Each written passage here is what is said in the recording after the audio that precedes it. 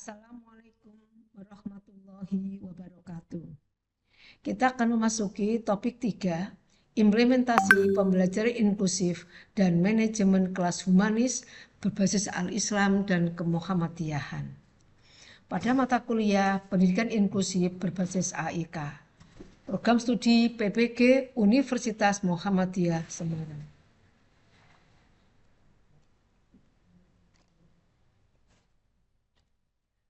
Implementasi pembelajaran inklusif dan manajemen kelas humanis berbasis AIK, kita akan membahas beberapa bagian-bagian sub-sub bagian, yaitu meliputi strategi pembelajaran inklusif, kolaborasi sekolah, orang tua dan masyarakat, kemudian pembelajaran dan manajemen kelas humanis, penguatan budaya sekolah inklusif.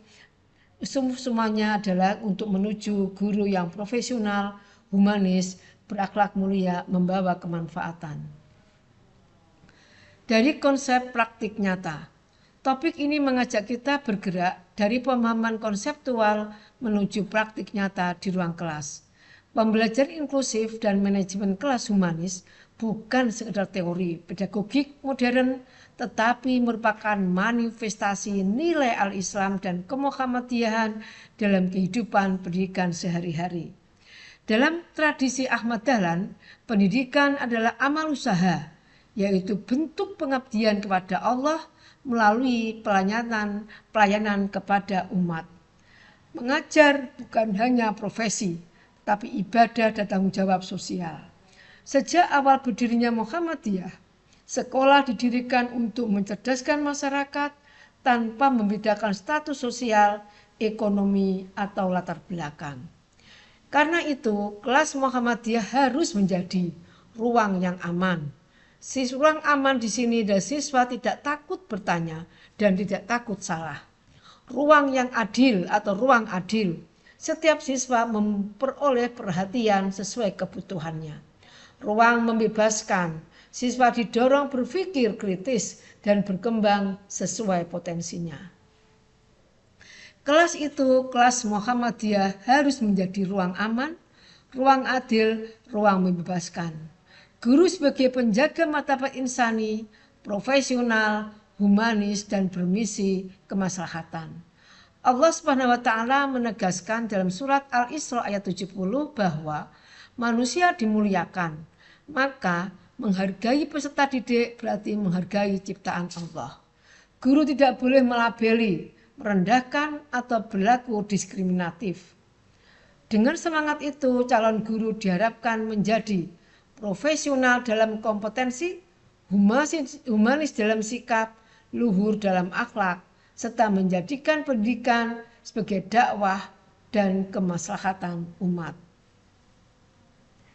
Strategi pembelajaran inklusif berbasis fitrah dan martabat insani. Dalam Islam, setiap anak lahir dalam keadaan fitrah. Hadis riwayat Bukhari dan Muslim menegaskan bahwa setiap anak membawa potensi kebaikan.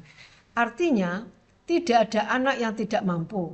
Yang ada adalah perbedaan kecepatan, gaya belajar, dan latar belakang. Al-Hujurat ayat 13 menjelaskan bahwa keberagaman adalah sunnatullah, agar manusia saling mengenal. Bahkan surat Abasa ayat 1-10 mengingatkan pentingnya menghargai individu tanpa memandang kondisi fisik maupun sosialnya. Makna pendidikan inklusif dalam perspektif AIK. 1. Menghormati martabat setiap peserta didik. Tidak memberi label negatif. Tidak membandingkan secara merendahkan. Memberikan kesempatan berkembang sesuai potensi. Strategi praktisnya yaitu diferensiasi pembelajaran, menyesuaikan konten, proses, dan produk sesuai kemampuan siswa. Keadilan dalam Islam bukan menyamakan semua, tetapi memberi sesuai kebutuhan. Sehingga hal ini mendorong pilihan gaya belajar, visual, auditori, dan kinestika, dan seterusnya. Pendampingan individu atau kelompok. Guru hadir sebagai pembimbing, bukan hakim. Penguatan serta memberikan penguatan positif menghargai usaha bukan hanya hasil. Sehingga proses itu harus dihargai. Karena kalau tidak hanya sekedar hasil yang dilihat, tapi proses perlu untuk dihargai. Dengan strategi ini, guru menjadi penjaga martabat insani, membina potensi, dan menumbuhkan rasa percaya diri peserta didik. Manajemen kelas humanis adalah empati, keadilan, dan uswah hasanah. Manajemen kelas humanis adalah pengelolaan kelas yang memanusiakan manusia. Empati berarti memahami sebab di balik perilaku siswa. Prinsip Nabi mempermudah bukan mempersulit. B. Keadilan. Al-Maidah ayat 8 menegaskan bahwa adil lebih dekat kepada takwa. Guru tidak boleh pilih kasih atau mempermalukan siswa di depan umum. 3. Keteladanan atau uswah hasanah. Al-Ahzab ayat 21 menyebut Rasulullah sebagai teladan. Guru harus menjadi contoh dalam disiplin, kejujuran, kesantunan, dan tanggung jawab. Dalam surat Al-Imran 159 menegaskan bahwa Rasulullah SAW bersikap lemah lembut. Jika beliau keras, niscaya umat akan menjauhi. Inilah dasar kepemimpinan dalam kelas, tegas namun penuh kasih. Langkah konkretnya yaitu membuat aturan kelas bersama siswa, menegur secara personal, memberi apresiasi atas usaha, menggunakan bahasa positif, membangun komunikasi dua arah. Kelas bukan sekedar tempat belajar ilmu, tapi belajar menjadi manusia beradab. Spirit surat Al-Ma'un dalam pendidikan inklusif. Landasan nilai Al-Ma'un, pokok gagasannya adalah Al-Ma'un menegur orang yang mendustakan agama. Ciri pendusta agama yaitu menghardik anak yatim, tidak peduli pada orang miskin. Ukuran keberagaman bukan hanya ibadah ritual, tetapi kepedulian sosial. Pesan kunci, keimanan harus melahirkan kepedulian. Pendidikan harus berpihak pada yang lemah dan rentan. Relevansi dengan pendidikan inklusif. Makna inklusivitas, setiap manusia memiliki martabat. Semua peserta didik berhak dihargai, dilindungi, diberdayakan. Implikasi pendidikan menolak diskriminasi, tidak ada pelabelan negatif, semua siswa dan subjek yang bermartabat.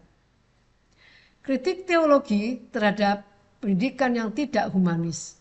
Pesan teologi Al-Ma'un, ibadah tanpa empati sosial sama dengan keberagaman yang kosong. Lalai pada penderitaan sesama sama dengan pendusta agama. Refleksi dalam pendidikan tidak boleh hanya kognitif. Guru harus peka terhadap perbedaan, tidak mengeksklusi, tidak membiarkan siswa tertinggal. Sehingga mengabaikan siswa rentan sama dengan mengabaikan nilai agama. Kritik teologi terhadap pendidikan yang tidak humanis. Al-Ma'un sebagai teologi praktis.